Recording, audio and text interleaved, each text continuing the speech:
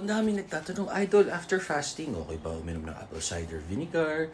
Or during fasting, okay naman kasi 0 calories. Mas maganda kung L-carnitine. Kasi ano yung L-carnitine? L-carnitine helps deliver fat sa mitochondria natin to burn as energy, nire-release. And at the same time, after workouts, nakatulong siya for recovery and papataas ng natural testosterone tsaka sperm motilization. Ano yung sperm? Mas maraming mga boys. Mas maraming sperm. Diba? And then sa mga nag-workout, lalo na sa lalaki, sa mga magiging tatay, yung genetics natin na pagiging fit workout na napapass on natin sa anak natin, mRNA. So, magandang sign yun. Isipin mo, di pa sila nag-workout, gifted na sila. And then pag nag-workout, syempre mas gaganda. Ngayon, kung di nag-workout, ay sayang yung gift na binigay sa kanila.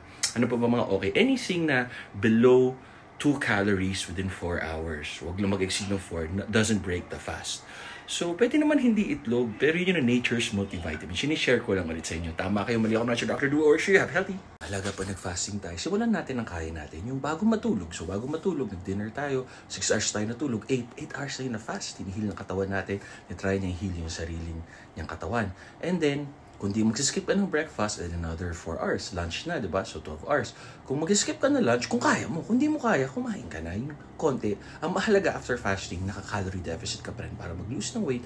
And yung galaw na kaya mo. Ang importante, pasok sa lifestyle mo, gusto mo yung ginagawa mo at kaya mo.